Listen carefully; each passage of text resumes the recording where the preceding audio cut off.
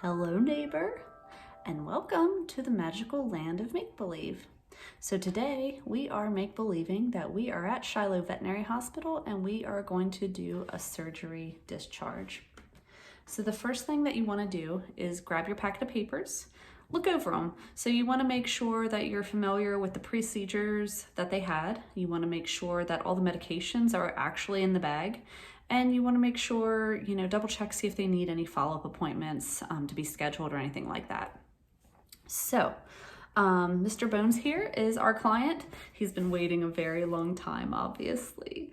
So you're going to go out, you're going to introduce yourself to him and just let him know, hey, we're just going to go over some surgery, discharge paperwork, and then we'll get you on your way. So, you want to grab your iPad as well, because once we're done going over our surgery discharge, we are going to pull up the document on our iPad. It's under the patient record, under attachments. So we're just going to pull up the discharge instructions and just have him sign it, just to document that we actually did go over this stuff with him. But Toby, today he had his neuter and he had a dental cleaning under anesthesia, and he was microchipped as well. So as far as food and water go, I wouldn't feed him right away when you get home. So maybe wait about an hour or so, small frequent amounts for the first 18 hours.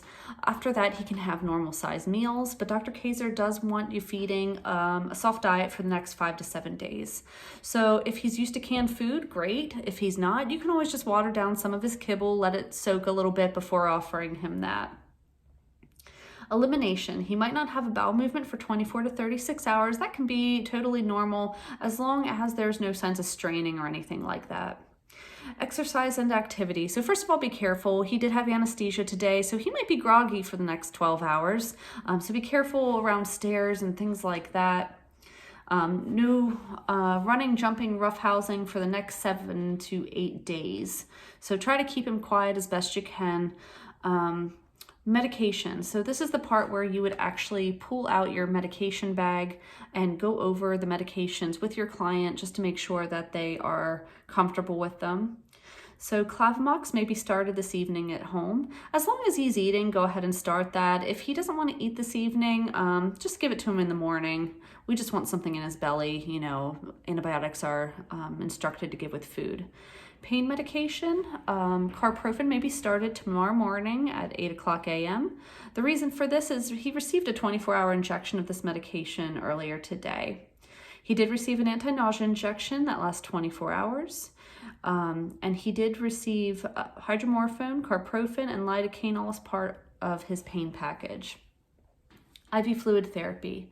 So he did receive IV fluid therapy today. What that means for Mr. Bones is he might pee a little bit more today. Also, he has a shaved spot on his arm. That's where the IV catheter was placed. And also, he might have a bandage on his arm. We might have just recently removed the IV catheter. So if he has that bandage on, I would instruct Mr. Bones then to remove that bandage after about an hour. We don't want to leave it on too long because we don't want his little foot to swell. Let's see here. He did have a dental procedure today, so he had 3 extractions. We did use a nerve block on the extracted teeth, and the base of his tail is shaved. That's just where we place one of our monitors during anesthesia. Sutures are absorbable. They don't have to be removed. And the dreaded cone of shame. So Mr. Bones did decline that today. He didn't think Toby would do well with one. So just encourage him to keep an eye on Toby. Make sure he's not licking his incision or pawing at his face. If he is, definitely get him fitted for an e-collar. He did receive his microchip today, and usually before or after we go over the discharge instructions, I'll have him fill out those microchip forms. So we do keep the forms, we do enroll them here. So have him fill out the additional information that we might need, alternate contacts, usually that's someone who does not live within the home, any additional phone numbers, anything like that. So have him fill that out, and then we will file the paper at the front desk, and they will get him enrolled. You do want to encourage Mr. Bones, once he receives an email from home again, to go ahead, log on, and just double check that we have everything to his liking, filled out there. So monitor him for the following: loss of appetite for over 24 hours, refusal to drink water for over a day, weakness, depression, vomiting, or diarrhea. Any concerns, get him back in. Otherwise, if it's after hours and the client's concerned, we do have a little list of some of our local ERs there. That way they have someone to consult, if it's after hours. Special instructions. Toby did great today. His castration, dental, and microchip procedures went well. Let us know if you have any questions or concerns. Thank you for trusting us to care for him today. So at this point, I would ask him, do you have any concerns?